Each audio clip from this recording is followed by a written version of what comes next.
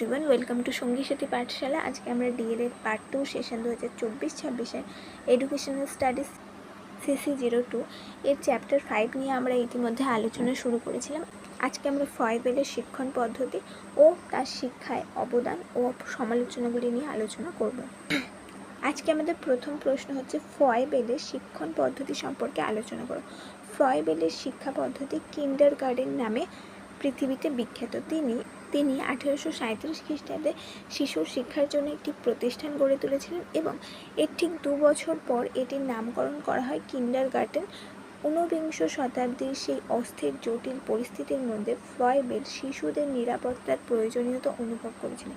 তিনি অনুভব করেছিলেন যে সমগ্র বিশ্বে এবং পৃথিবীর পুনর্গঠনের জন্য প্রাথমিক শিক্ষার সংস্কার প্রয়োজন এবং সেই উদ্দেশ্য নিয়ে তিনি তার এই কিন্ডারগার্টেন শিক্ষা ব্যবস্থা গড়ে তুলেছিলেন। কিন্ডারগার্টেন কথাটির অর্থ হলো শিশু উদ্যান। বিদ্যালয় হলো একটি উদ্যান স্বরূপ। শিশুরা হলো সেই উদ্যানের চারা গাছ এবং শিক্ষক হলেন তার মালি। শিক্ষার দ্বারা শিশুর পরিপূর্ণ বিকাশের চেষ্টা করা হয়। ফ্রয়েবেলের মতে শিক্ষা জোর করে বাহিরে থেকে চাপিয়ে দেওয়া যায় না। শারীরিক শাস্তি ও শাসন ইত্যাদি স্থান শিক্ষার ক্ষেত্রে গৌণ হওয়া উচিত। তিনি আরও বলেন শিশু তার স্বাভাবিক অনুরাগ ও চাহিদা অনুযায়ী শিক্ষা লাভ করবে। স্বতঃস্ফূর্ত আনন্দের মধ্যে দিয়ে শিশুকে শিক্ষা দিতে হবে। ফ্রয়েবেল বলেন যে শিশু স্বাভাবিকভাবে সক্রিয়। এই সক্রিয়তাকে তিনি আত্মসক্রিয়তা বলেছেন। এই আত্মসক্রিয়তাকে তিনি শিক্ষণের মূল পদ্ধতি হিসেবে বিবেচনা করেছেন। আদর্শ শিক্ষণ পদ্ধতিতে শিশুর এই আত্মসক্রিয়তাকেই কাজে লাগিয়ে পাঠদানের কাজ পরিচালনা করা হবে এবং করা উচিত বলে উল্লেখ করেছেন।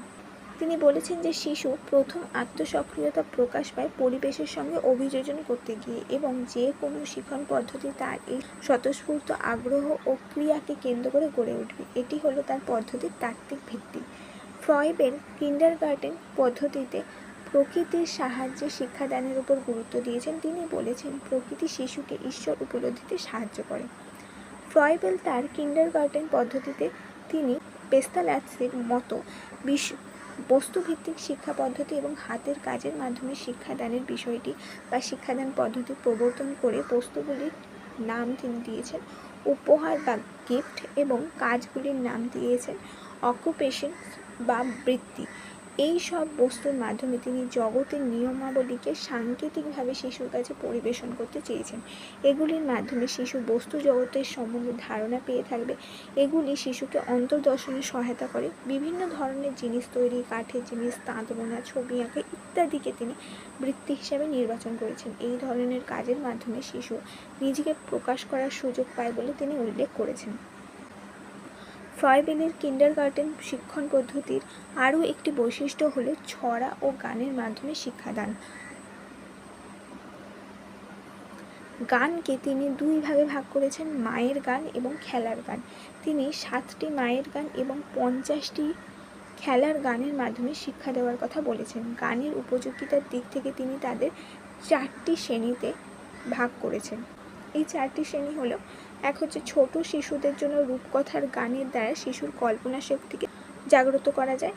2 হচ্ছে অপেক্ষাকৃত বড় শিশুদের জন্য বিভিন্ন বস্তুর সঙ্গে পরিচিত করার জন্য গান। 3 হচ্ছে চন্দ্র, সূর্য, তারা প্রভৃতি সম্বলিত গান এবং 4 হচ্ছে নৈতিক চরিত্র গঠনের উপযোগী উপদেশমূলক গান।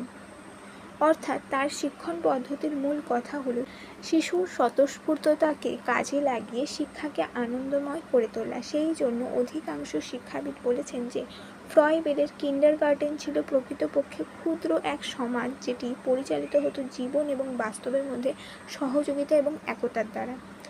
অর্থাৎ ফ্রয়েবেল কি এমন একটি পরিবেশ রচনা করেছিলেন যেখানে শিক্ষার্থীরা নিজের পারিপার্শ্বিক পরিবেশ এবং ভবিষ্যৎ জীবনের জন্য নিজেকে প্রস্তুত করবে ক্ষুদ্র সমাজের মধ্যে, সেই ক্ষুদ্র সমাজরূপী সেই স্কুল বা বিদ্যালয় বা কিন্ডারগার্টেনের মধ্যে থেকে। নেক্সট প্রশ্ন হচ্ছে শিক্ষায় ফ্রয়েবেলের অবদান আলোচনা করো। ফ্রয়েবেলের শিক্ষা আধুনিক ভাবধারার প্রতীক। আধুনিক শিশু শিক্ষায় প্রায় সব বৈশিষ্ট্য তার শিক্ষা ব্যবস্থায় বিশেষভাবে স্থান পেয়েছে। শিক্ষার ক্ষেত্রে তার অবদানগুলি হলো, এক হচ্ছে ফ্রয়েবেলের কিন্ডারগার্টেন যে তার জীবন দর্শনের সঙ্গে সঙ্গে অবলুপ্ত হয়েছিল তা নয়। এই প্রতিষ্ঠান পরবর্তীকালে পৃথিবীর সমগ্র দেশে বিশেষভাবে সমাদৃত হয়েছে। বিভিন্ন দেশে এই বিদ্যালয় অনুকরণে শিশুদের জন্য এক থেকে একাধিক বিদ্যালয় গড়ে তুলেছে। 2 হচ্ছে রুশোর চিন্তাধারার সঙ্গে ফ্রয়েবেলের অনেক মিল দেখতে পাওয়া যায়, কিন্তু তিনি রুশোর মতো সমাজ বর্জনের পক্ষপাতী ছিলেন না।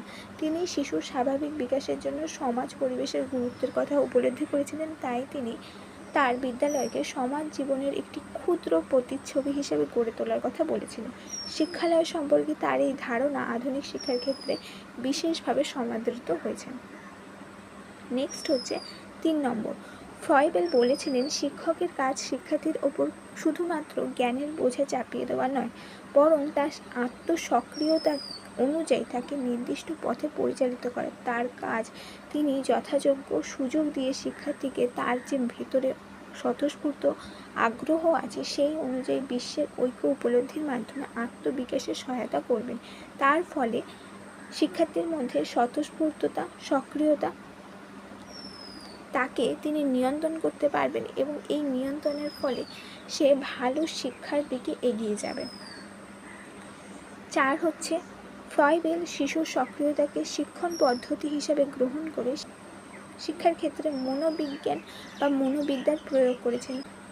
তিনি বলেছেন যে শিশু শিক্ষা সব সময় স্বতঃস্ফূর্ত কর্ম থেকে সৃষ্টি হয়, একথা উল্লেখ করে শিশুর কর্ম ও শিশুর ইচ্ছাকে তিনি গুরুত্ব দিয়েছেন। 5 হচ্ছে ফ্রয়েবেল কর্ম সম্পাদনের ক্ষেত্রে শিশুকে অবাধ স্বাধীনতা দানের কথা বলেছেন। শিশু তার মনোধর্ম অনুযায়ী শিক্ষা গ্রহণ করবে, এটাই তার শিক্ষা পদ্ধতির মূল কথা। তিনি শিক্ষার্থীর ব্যক্তিত্বকে মর্যাদা দান করেছেন, একটি শিশুর আগ্রহ, চাহিদা, ইচ্ছাকে গুরুত্ব দিয়েছেন। 6 হচ্ছে ফ্রয়েবেলের শিক্ষার ক্ষেত্রে সর্বপ্রথম হচ্ছে খেলাভিত্তিক শিক্ষার কথা তিনিই প্রথম উল্লেখ করেছেন। কেবলমাত্র শিক্ষার্থীদের মধ্যে আচরণের জ্ঞান বাড়িয়ে, বোঝা বাড়িয়ে নয়, শিশুর মন অনুযায়ী তাদের শিক্ষাটাকে প্রকাশিত করা বা মন অনুযায়ী তার আগ্রহকে প্রকাশিত করা, তার বৃত্তিগুলির মাধ্যমে তিনি কর্মকেন্দ্রিক শিক্ষা প্রবর্তন করেছিলেন। নেক্সট হচ্ছে ফ্রয়েবেলের শিক্ষানীতির সমালোচনাগুলি আলোচনা করুন। ফ্রয়েবেলের শিক্ষানীতিতে বহু ইতিবাচক দিকের সঙ্গে কিছু নেতিবাচক দিকের কথা উল্লেখ করা যায়, যা নিয়ে সমালোচিত হয়েছে। 1 হচ্ছে শিশু শিক্ষার্থীদের কথা তিনি চিন্তা করেই ফ্রয়েবেল তার শিক্ষা পদ্ধতির রূপ দেন। উচ্চ শিক্ষার ক্ষেত্রে এই পদ্ধতি কিন্তু কার্যকরী নয়, কেবলমাত্র ছোট শিক্ষার্থীদের জন্য প্রয়োজন। 2 হচ্ছে ফ্রয়েবেল তার শিক্ষা পদ্ধতির সঙ্গে যে প্রতীকের কথা বলেছেন তা দুর্বোধ্য শিশুর শিক্ষার ক্ষেত্রে।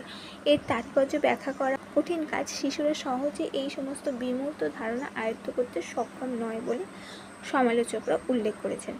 3 হচ্ছে উন্মেষ তত্ত্বে ফ্রয়েবেল ব্যক্তিসত্তার বিকাশে বংশধারার ওপর অধিক গুরুত্ব দিয়েছেন, পরিবেশের ভূমিকা উল্লেখ করেননি বলে তারা উল্লেখ করেছেন যে একজন শিশু তার ব্যক্তিসত্তা ও বংশধারার ওপর ভিত্তি করেই তার জীবন প্রতিফলিত হবে, তার আগ্রহ, চাহিদা, শিক্ষার ধরন ইত্যাদি অগ্রগতি প্রতিফলিত হবে। পরিবেশের সেখানে কোনো গুরুত্ব বা ভূমিকা তিনি রাখেননি। 4 হচ্ছে ফ্রয়েবেলের কিন্ডারগার্টেন পদ্ধতিতে যে উপহারগুলির কথা উল্লেখ করেছেন তার কোনো যুক্তিভিত্তিক হয়নি। এগুলোর পটভূমি হলো ফ্রয়েবেলের দর্শন বৈচিত্র্যের মধ্যে ঐক্য। তো তারা বলেছে যে এই যে উপহারগুলির কথা বলেছে, গিফটস, সেগুলোর মধ্যে কোনো যুক্তিভিত্তিক কিছু নেই এবং এগুলো পড়াশোনার করানোর ক্ষেত্রে শিক্ষার্থীরা অত সহজে বুঝতে পারবে না। এটা কেবলমাত্র ফ্রয়েবেলের নিজের ঐকান্তিক দর্শনের মধ্যে দিয়ে প্রকাশিত হয়েছে যে বৈচিত্র্যের মধ্যে ঐক্য তারা বুঝবে।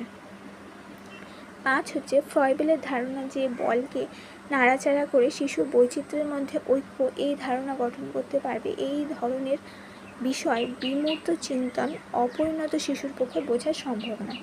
এটা অবশ্যই ঠিক কথা যে বল নাড়াচাড়া করার মধ্যে দিয়ে শিশুর মধ্যে এই বৈচিত্র্যের মধ্যে ঐক্য এই জিনিসটা এত সহজে বোঝা সম্ভব নয়, হয়তো পরবর্তীকালে উঁচু স্তরে গিয়ে বুঝতে পারে। 6 হচ্ছে কিন্ডারগার্টেন পদ্ধতি অনুযায়ী শিক্ষার্থীদের পাঠদানের জন্য উপযুক্ত শিক্ষণ এবং বিভিন্ন ধরনের উপকরণ ব্যবহার করা প্রয়োজন, যার ব্যবস্থা করা অধিকাংশ ক্ষেত্রে সম্ভব নয়। অর্থাৎ বলা হচ্ছে যে এটা সাধারণ বিদ্যালয়ের ক্ষেত্রে এই বিষয়গুলির আয়োজন করা বা সংগ্রহ করা সম্ভব হয় না। কিন্তু পরিশেষে বলা যায় যে ফ্রয়েবেল শিশু শিক্ষার ক্ষেত্রে যুগান্তকারী অবদান রেখেছেন।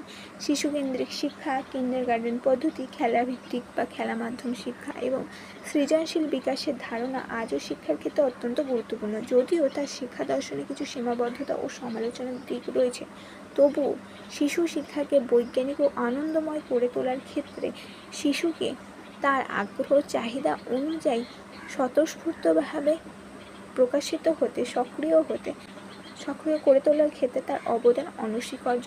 তাই ফ্রয়েবেলকে আধুনিক প্রাক প্রাথমিক শিক্ষার অন্যতম শ্রেষ্ঠ পথিকৃৎ হিসেবে গণ্য করা হয়।